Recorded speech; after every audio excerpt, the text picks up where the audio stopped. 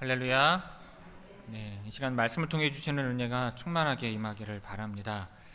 자, 오늘은 금강석 같은 이마되기라는 제목의 말씀으로 은혜를 나누고자 합니다. 한 블로그에서 본 그 아들의 일탈 때문에 가슴 아리를 하는 어머니의 이야기를 읽은 적이 있습니다. 학교를 무단으로 결석을 하고 밤에 늦게 들어오거나 아예 들어오지 않는 날도 있었습니다. 어머니는 더 이상 두고 볼 수가 없어서 아들이 늦게 들어온 날 마음을 굳게 먹고 아들 방에 노크를 하였어요. 아들아, 이렇게 지금 시간을 보내면 나중에 정말 후회할 거야.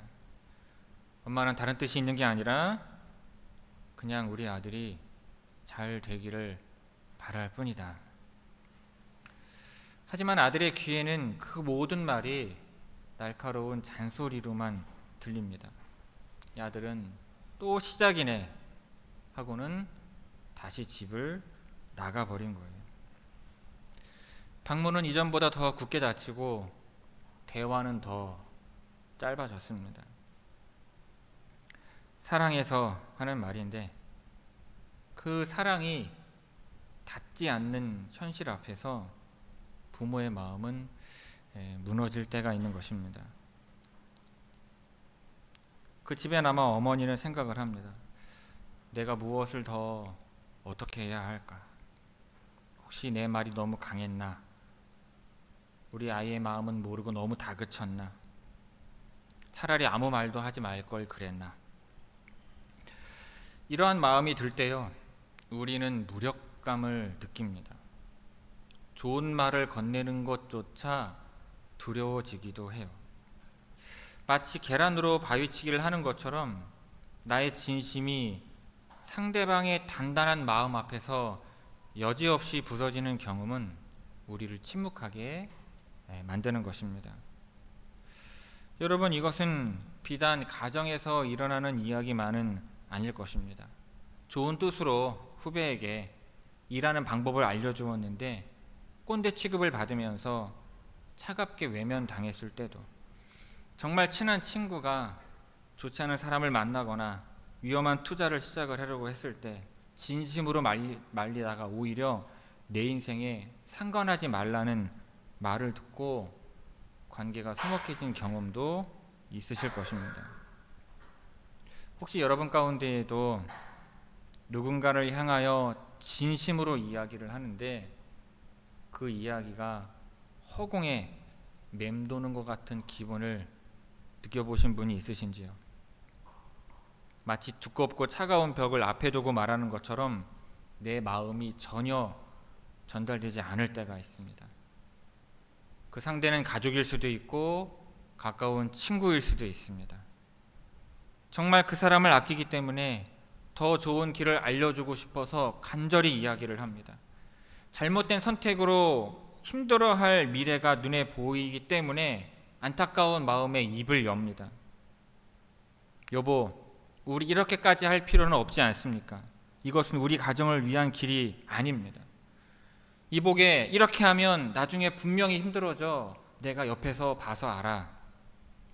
아무리 이야기를 해도 상대방은 들으려고 하지 않습니다. 오히려 귀찮아하거나 네가 뭘 아느냐며 차갑게 돌아서기도 하는 것입니다. 걱정에서 시작된 말이 관계를 더 멀게 만드는 부메랑이 되어 돌아올 때 우리는 말문이 막힙니다. 마음은 타들어가는데 할 수 있는 것이 아무것도 없는 막막함을 경험하게 되는 것입니다. 그런데 오늘 우리가 만나는 에스겔 선지자도 바로 그러한 막막함 가운데 있었습니다. 그는 나라도 희망도 모두 잃어버린 채 이역만리 바벨론의 포로로 끌려온 상태였습니다. 예루살렘 성전의 운명은 바람 앞에 등불처럼 위태로웠습니다. 동족들은 낯선 땅에서 절망하면서 하루하루를 버티고 있었어요. 바로 그 절망의 한복판에서 하나님께서는 에스겔에게 나타나 아주 특별하고도 이상한 명령을 내리십니다. 글씨가 빼곡히 적힌 낡은 작은 양피지 두루마리 하나를 보여주시더니 그것을 먹으라고 하시는 것입니다. 여러분 한번 상상을 해봅시다. 아무리 하나님의 영에 사로잡혀서 환상 가운데 있을지라도 에스겔은 지금 깨어있는 상태입니다. 꿈을 꾸는 중이 아니에요. 그런데 사람이 먹을 수 없는 것을 음식처럼 삼키라는 명령을 받았으니 얼마나 당황스러웠겠습니까? 하지만 순종하면서 입을 벌리자 하나님은 그 두루마리를 입에 직접 넣어 주십니다. 그리고 말씀하세요. 이것을 내 배에 넣고 내 창자에 가득 채워라. 단순히 맛만 보는 것이 아니라 너의 존재를 이 말씀으로 가득 채우라는 명령이었습니다. 그래서 에스겔은 그 말씀대로 두루마리를 삼켜요. 그런데 그 순간 정말 놀라운 일이 벌어집니다. 그 두루마리가 입에 들어가자 마치 꿀처럼 달게 느껴진 거예요. 어떤 의미일까요? 포로 생활의 쓴맛과 절망감에 사로잡혀 있던 그의 온 몸과 마음에 하나님의 말씀이 주는 위로와 달콤함이 채워지는 순간인 것입니다. 그리고 이제 말씀으로 채워진 에스겔에게 진짜 사명이 주어져요. 이제 가서 이스라엘 족속에게 내 말을 전하여라. 하나님은요, 에스겔에게 말이 통하지 않는 먼 나라로 보내지 않으셨습니다. 그의 동족에게 보내셨고 그의 형제에게 보내셨고 그의 아픔을 누구보다도 잘 아는 사람들에게 보내셨어요. 그런데요, 이어서 아주 절망적인 말씀이 들려옵니다. 말씀을 가득 품은 에스겔에게 하나님은 돌처럼 차가운 현실을 예고하세요. 그들이 너의 말을 듣지 않으려고 할 것이다. 왜냐하면 그들은 이마가 굳고 마음이 굳어 완고하기 때문이다. 하나님은 심지어 이렇게까지 말씀하십니다. 차라리 말이 통하지 않는 이방인에게 너를 보냈다면 그들은 오히려 너의 말을 들었을 것이다. 그러니까 가장 가까운 사람들이, 가장 잘 이해해 줄 것 같은 내 민족이 가장 완강하게 등을 돌릴 것이라는 잔인한 예고였습니다. 자, 그런데 이 불가능해 보이는 임무 앞에서 하나님은 에스겔에게 마지막 약속을 주십니다. 보아라, 나도 내 얼굴을 그들처럼 굳게 만들고 내 이마를 그들처럼 단단하게 만들 것이다. 내 이마를 화석보다 단단한 금강석, 다이아몬드처럼 만들어 줄 것이다. 그러니 그들의 표정에 상처받지 말고 그들의 냉대 앞에서 무너지지 말라는 것이었습니다. 그들을 두려워하지 마라. 그들의 얼굴을 무서워하지 말라는 말씀이시죠. 꿀처럼 달콤한 말씀을 맛본 에스겔은 이제 돌처럼 단단한 얼굴을 가져야 했습니다. 아마 그는 하나님께 마음속으로 이렇게 물었을 거예요. 하나님, 어찌하여 이토록 달콤한 말씀을 주시고는 이토록 쓰디쓴 현실을 경험하게 하십니까? 진정으로 말씀의 능력이 있다면 저 완고한 사람들의 마음을 녹여주셔야 하는 것 아닙니까? 말씀의 능력을 경험한 에스겔로서는 지금의 상황을 이해할 수가 없었을 거예요. 하지만 우리는 그 이유를 나중에 알 수가 있습니다. 여러분, 오늘 본문이 우리에게 주는 의미가 있는데 그 몇 가지 중에서 첫 번째 의미는 하나님께서는 먼저 먹이신다는 사실입니다.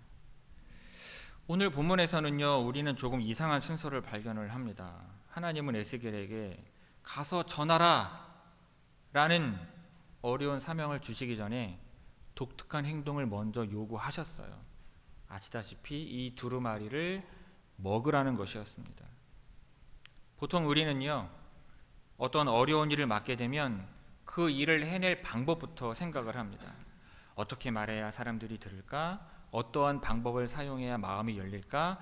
상대방이 반대할 경우 어떻게 설득을 해야 할까? 우리는요, 끊임없이 방법을 찾고 정보를 모으고 계획을 세웁니다. 하지만 하나님은 에스겔에게 말하는 방법이나 설득의 기술을 가르쳐 주시기 전에 그저 말씀이 적힌 두루마리를 먹으라고 하십니다. 왜 그러셨을까요? 왜냐하면 하나님의 일은 우리의 방법이나 계획으로 하는 것이 아니기 때문입니다. 그것은 우리 안에 무엇이 채워져 있느냐의 문제이기 때문이에요. 본문 3절에서 에스겔은 하나님의 명령에 순종한 결과를 이렇게 고백을 합니다. 내가 먹으니 그것이 내 입에서 달기가 꿀 같더라. 여러분, 하나님의 말씀이 여러분의 입에 꿀과 같이 달콤함을 먼저 경험하시기를 바랍니다. 하나님의 말씀은요, 머리로 이해를 하는 지식 이전에 우리의 가장 깊은 곳을 채우는 영혼의 양식입니다. 하나님의 말씀은 우리가 살아가는 힘이 되고 에너지가 됩니다. 배고픈 군인은요, 좋은 무기가 있어도 싸울 수가 없습니다. 마찬가지로 영적으로 굶주린 그리스도인은 세상에 나아가서 아무런 영향력도 발휘할 수가 없습니다. 그렇다면 하나님은 왜 하필 그 말씀을 꿀처럼 달게 느끼게 해주셨을까요? 앞으로 에스겔이 겪어야 할 일들이 너무나도 쓰고 너무나도 아프기 때문입니다. 그는 이 자기 민족에게 나아가서 하나님의 심판을 선포해야 합니다. 그 대가로 돌아오는 것이 무엇이겠습니까? 이스라엘 백성들이 칭찬해 줄까요? 격려해 줄까요? 아니죠. 차가운 외면과 거절과 심지어는 미움과 핍박을 받을 것입니다. 그 쓰디쓴 세상의 한복판에서 에스겔을 버티게 할 힘은 다른 어떤 것도 아닙니다. 그가 바로 지금 삼켰던 그 말씀의 달콤한 기억이 저 쓰디쓴 세상에서 버티게 할 힘이 되는 것입니다. 사람들의 냉대 속에서 마음이 무너져 내릴 때, 그래 하나님은 나에게 말씀의 달콤한 기억을 주셨지, 그 말씀이 내 영혼을 채우고 있지 하는 기억이 에스겔을 다시 일어나게 하는 힘의 원동력이 되는 것입니다. 오늘을 살아가는 우리도 마찬가지입니다. 그런데 여러분, 바로 이 지점에서 우리는 우리 스스로를 정직하게 돌아봐야 됩니다. 하나님은 이처럼 먼저 먹이시고 채우시기를 원하시는데 정작 우리는 그 식탁에 나아가려고 하지 않을 때가 너무나 많다는 사실입니다. 우리는 너무 바쁘다는 핑계로 혹은 너무 피곤하다는 이유로 하나님의 식탁을 지나칩니다. 말씀이 주는 꿀보다 스마트폰이 전해주는 세상 소식에, 그 드라마의 자극적인 이야기에 먼저 이렇게 손을 뻗습니다. 하나님께서는 꿀과 같은 양식을 매일 차려주시지만 우리는 세상의 불량식품으로 배를 채우고는 입맛이 없다며 고개를 돌리는 어린아이와 같을 때가 많습니다. 그리고 그렇게 빈속으로 세상에 나아가서 사람들의 차가운 말 한마디에 속이 쓰리고 작은 거절에도 힘없이 무너져 내립니다. 어쩌면 세상에서 느끼는 우리의 무력감은요, 세상이 너무 강해서가 아니라 우리가 먹지 않아서 스스로 연약해졌기 때문일 것입니다. 그런데 우리는요, 교회 안에서조차 말씀으로 채워야 할 영혼의 허기를 다른 것으로 채우려고 하기도 합니다. 사람들에게 인정받고 싶은 욕망, 내 생각과 고집을 관철하려는 마음, 그리고 어떠한 영향력을 행사하고 싶은 마음들입니다. 그런데요, 하나님의 말씀이 아닌 그 어떤 것도 우리를 만족시킬 수 없습니다. 그릇된 욕망은 채워지지 못합니다. 오히려 그 욕망을 채우기 위해서 가장 가까운 교인들을 비판하고 정죄를 합니다. 다른 이들을 물고 뜯으면서 나의 존재를 확인하려고 해요. 여러분, 교회 안에 사랑과 위로가 아니라 아픔과 상처만 있다면 그것은 어쩌면 우리 모두가 하나님의 말씀을 제대로 먹지 않아서 굶주려 있다는 증거일지도 모릅니다. 여러분, 하나님은 우리를 그냥 내보내지 않으십니다. 절대로 굶주린 채로 싸우게 하지 않으십니다. 반드시 먼저 먹이시고 먼저 채우신 후에 보내시는 것입니다.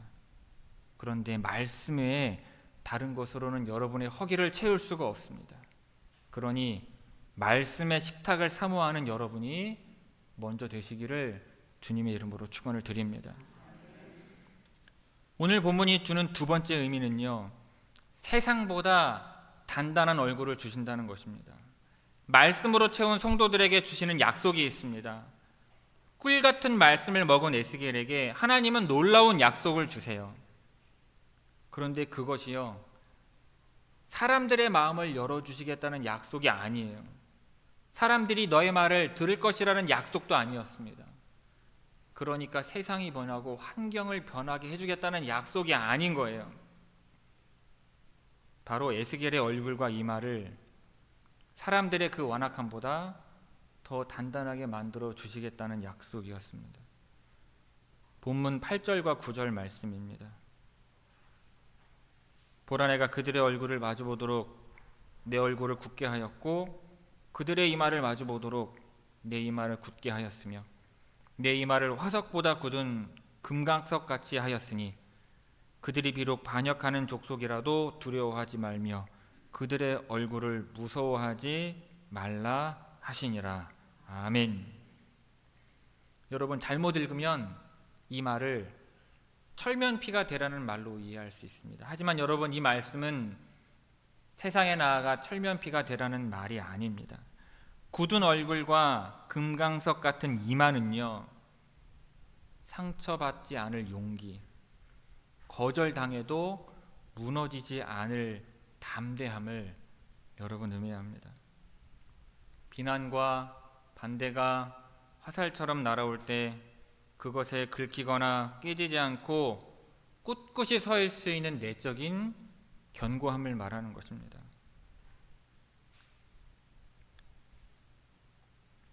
여러분, 이러한 담대함은 우리 일상 모든 순간에 필요할 것입니다. 직장에서 부당한 이익을 거부하고 정직을 선택을 할 때, 세상의 기준이 아닌 하나님의 기준으로 살아가기로 결단할 때 우리는 굳은 얼굴이 필요합니다.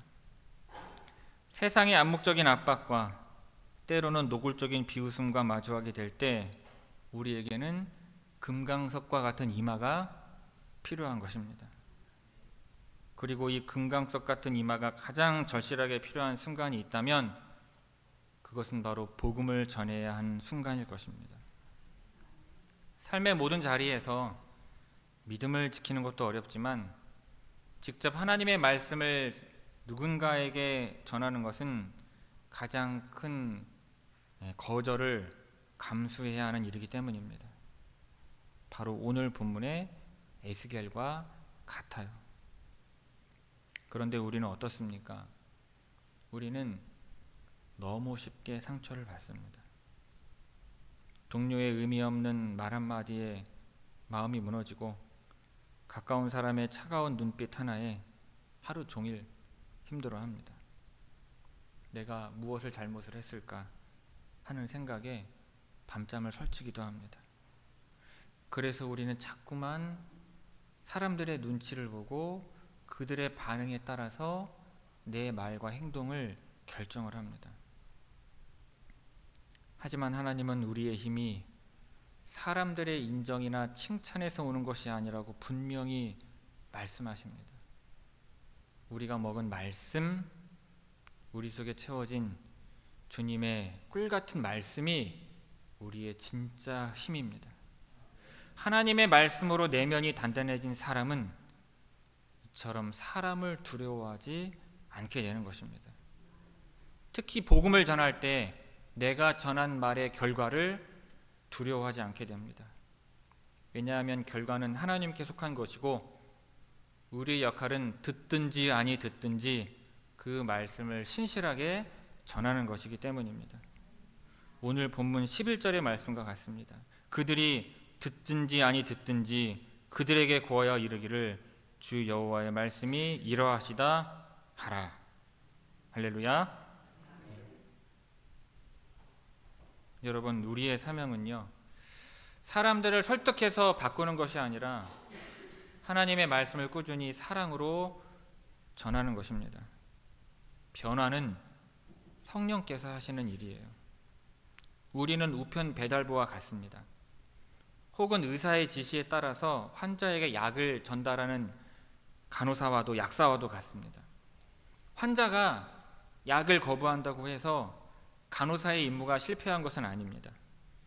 그녀의 임무는 정확하게 약을 전달하는 것이기 때문입니다. 그럴 때 하나님께서 우리의 이마를 금강석처럼 단단하게 지켜주실 것입니다. 여러분, 이것이 바로 말씀의 단맛을 아는 자만이 누릴 수 있는 금강석 같은 단단함인 것입니다. 성도 여러분, 하나님은 오늘도 우리를 각자의 삶의 자리로 보내십니다. 우리가 날마다 마주하는 가정과 직장 그리고 이웃이 바로 하나님께서 우리에게 맡기신 선교지입니다. 그리고 그곳에는 여전히 마음이 굳어 있고 귀를 닫은 사람들이 있습니다. 그런데 그들을 마주하기 전에 먼저 우리 자신에게 조용하게 물어야 합니다. 나는 오늘 세상의 쓴맛을 맛보기 전에 하나님의 꿀과 같은 말씀을 먼저 맛보았는가?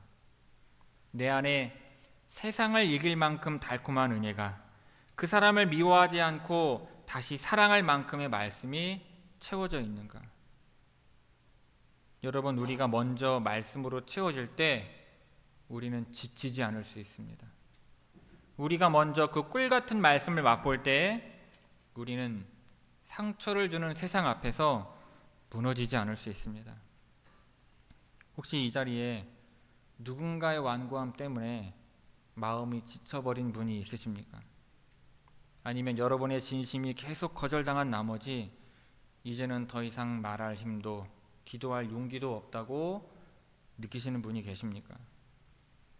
그렇다면 이제 그 상처 주는 사람에게 고정했던 시선을 돌려서 지금 이 순간에도 여러분을 먹이시기는 하나님께로 향하시기를 바랍니다. 하나님은 여러분의 지친 영혼에 여전히 꿀과 같은 말씀을 먹이고자 하십니다. 그리고 약속하십니다. 내가 너의 이마를 금강석처럼 단단하게 만들어줄 것이다. 그러니 두려워하지 말라.